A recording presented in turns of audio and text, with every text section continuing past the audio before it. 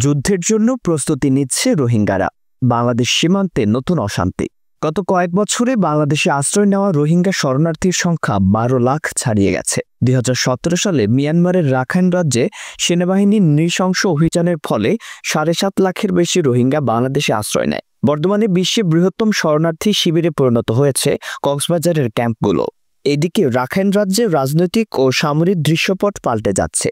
2023 সালের নভেম্বরে Arakan army Myanmar সেনাবাহিনীর বিরুদ্ধে ব্যাপক আক্রমণ শুরু করে। দীর্ঘ লড়াইয়ের পর এই বছরের শুরুতে রাখাইনের বেশিরভাগ এলাকা এবং আন শহরের গুরুত্বপূর্ণ সামরিক ঘাঁটি দখলে নিয়ে কার্যত রাজ্যটির নিয়ন্ত্রণ প্রতিষ্ঠা করে এই সশস্ত্র গোষ্ঠী। রাখাইনের অধিকাংশ জনগোষ্ঠী বৌদ্ধ, যারা আরাকান আর্মিকে সমর্থন করে। তবে এই পরিবর্তনের ফলে নতুন করে উত্তেজনা ছড়াচ্ছে। রোহিঙ্গা সশস্ত্র গোষ্ঠীগুলো, বিশেষ করে ARSA, Arakan Rohingya salvation army, রোহিঙ্গাদের মধ্যে নিজেদের প্রভাব বিস্তারের চেষ্টা চালাচ্ছে। কক্সবাজারের শরণার্থী শিবিরে এখন এসব গোষ্ঠী সদস্য সংগ্রহ ও সংঘাতে লিপ্ত।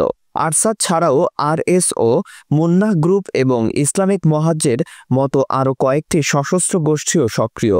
2024 সালের শুরুতে মিয়ানমার সেনাবাহিনী আরাকান আর্মিকে ঠেকাতে রোহিঙ্গাদের ঢাল হিসেবে ব্যবহার করে। এই সময়ে আরসা সেনাবাহিনীর পক্ষে যুদ্ধ করে, যার ফলে 2 লাখের বেশি রোহিঙ্গা নতুন করে বাংলাদেশে প্রবেশ করে। ভূ উপগ্রহ চিত্র অনুযায়ী অন্তত 30টিরও বেশি রোহিঙ্গা গ্রাম নিশ্চিহ্ন হয়ে যায়। এই হামলার জন্য আরাকান আর্মিকে দায়ী করলেও বাস্তবে পরিস্থিতি অনেক জটিল।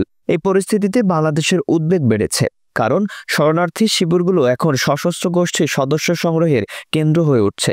কিছু আন্তর্জাতিক সংস্থা এবং গবেষণা বলছে, এইসব গোষ্ঠী শুধু সদস্য সংগ্রহেই নয়, বরং রাখাইনে আবার হামলার পরিকল্পনাও করছে। ক্রাইসিস গ্রুপের এক প্রতিবেদনে দাবি করা হয়েছে, 2022 সাল থেকে বাংলাদেশের নিরাপত্তা সংস্থাগুলো আরসার পুনরুত্থানে কিছুটা ভূমিকা রেখেছে। তবে বাংলাদেশ সরকার স্পষ্টভাবে জানিয়েছে, রোহিঙ্গা সশস্ত্র গোষ্ঠীর প্রতি তাদের কোনো আনুষ্ঠানিক সমর্থন নেই।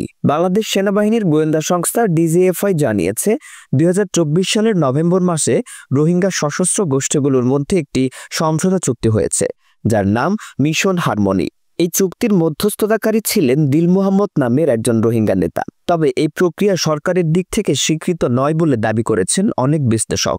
জাতিসংঘের মহাসচিব অ্যান্টোনিও গুতেরেস 2025 সালের মার্চে কক্সবাজার সফরে এসে এই সংকটের দ্রুত সমাধানে আন্তর্জাতিক উদ্যোগ বাড়ানোর আহ্বান জানান। বাংলাদেশ সরকারের অবস্থান স্পষ্ট, শরণার্থীদের নিরাপদ, মর্যাদাপূর্ণ ও টেকসই প্রত্যাবর্তনই একমাত্র সমাধান।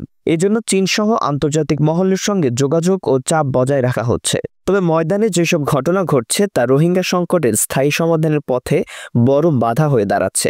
বিশ্লেষকদের মতে, সীমান্তবর্তী এলাকায় নিরাপত্তা পরিস্থিতি নিয়ন্ত্রণে না এলে এবং শরণার্থী শিবিরে সশস্ত্র গোষ্ঠীর দৌরাত্ম্য না থামলে রাখাইন ফিরে যাওয়ার মতো পরিবেশ কখনোই তৈরি হবে না।